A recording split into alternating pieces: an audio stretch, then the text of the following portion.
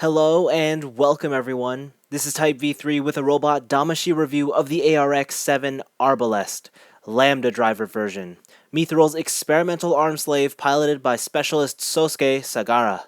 Coming in at 5 inches tall, the robot Damashii Arbalest is a great little representation of Full Metal Panic's lead arm slave. The silhouette is bang on, and the proportions are pretty solid too. There's plenty of sculpted in detail, and nothing appears to be lost in this figure iteration from the original on-screen model. I especially love how even though there's a noticeable amount of panel etching, none of it is lined, keeping the Arbalest looking clean. Colors aren't too bad either, all the blues are evenly painted, the minimal yellow highlights stand out, and the glossy gray plastic used for the joints carry a cool metallic sheen to them. A small complaint I have deals with the white plastic that the entire figure's been molded in.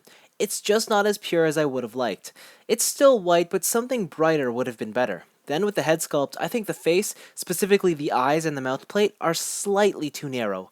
Admittedly, my issues are all minor, and when it comes down to it, the Arbalest makes for one fantastic looking figure. For articulation, the Arbalest actually has a double ball-jointed neck, so one at the base of the head, one at the base of the neck. You can go back and forth, look around. Some good tilting motion, and overall, I'm pretty pleased with it. The torso is incredible. There is a ball joint at the base, a ball joint at the top, and then there's a double hinged mechanism with a moving armor piece in the middle. So altogether, you can get some pretty good range of motion in any direction. There's a bit of squeaking going on. I don't think it's going to affect anything, but that is just something to note. Arms are fantastic. First of all, for the shoulder, there's a ball joint connection here on this side, and then there's another ball joint connection to the torso. So together, these can actually move and give you a great range of motion for that shoulder joint. The shoulder pad is independent on a separate hinge, and then of course the actual arm can move outwards. There's a bicep swivel, a double jointed elbow, and a ball jointed wrist. The legs are beyond fantastic. First of all, the hips themselves, they are connected on a ball jointed stem so that it goes up and down, and then you can tell that the top section is just this open cut there. So what that means is not only can he kick forward, he can kick right up, and then he can kick right out. Going backwards is pretty good too, because these pieces can move out of the way, so you can go right back. There's a built-in thigh swivel, a double-jointed knee with a floating knee pad. This can move wherever you want it to. And for the ankles, you have a really interesting system. There's a back-and-forth hinge at the top of the ankle. At the bottom, there's two ankle rockers. So one brings you this far, and the second one lets you go even further. There's independent ankle armor, and of course, a toe joint for those who are interested in that sort of thing. Articulation on the Arbalest is as close to perfect as you can get. In fact, this toy might even suffer from having too many joints. Getting a pose you like might be frustrating because of all the other simultaneous moving parts, though I don't know if I'd call that a real problem. Accessories are where this robot Damashii truly shines. Fists and open palms are the obvious display hands, then there's 5 other hands all meant for wielding weapons. First up is the Scattershot. It's decently sculpted and the plastic has been infused with silver flake. It even has a working forend and the stock can extend back for extra variation.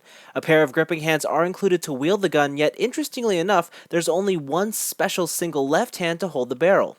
When not in use, you can store the gun on the back of the figure using a separate clip. All in all, the Scattershot is a good accessory with a lot of thought put into its implementation. The next weapon is the anti-tank dagger. This comes with a sheath and the appropriate gripping hands. The figure has no problems wielding the knife, and you can equip the sheath on either the right or left leg via a simple peg connection. Now there's another dagger set with the Arbalest, and this one is for its head. It's basically another face with a dagger stored across the mouth plate. You have to disassemble the head to use it, but it's fairly easy. While you can't actually remove the weapon from the face, a second, smaller dagger is included to replicate this weapon in action. The Arbalest also comes with the wire gun. It's essentially a posable wire with a claw on the end. You can attach it to either forearm by first removing the hand, and then sliding on the accessory. It works well enough, and I've got no complaints with it. Then there's the optional armor parts to display the Arbalest in its Lambda driver activated state. They replace the current shoulder pads and 2 back pieces. They are all done with a simple peg connection. The new parts look great, match up well with the base figure, and the articulation isn't hindered at all. Of course, if that wasn't enough, the Arbalest's final inclusion is a set of Lambda driver effect parts.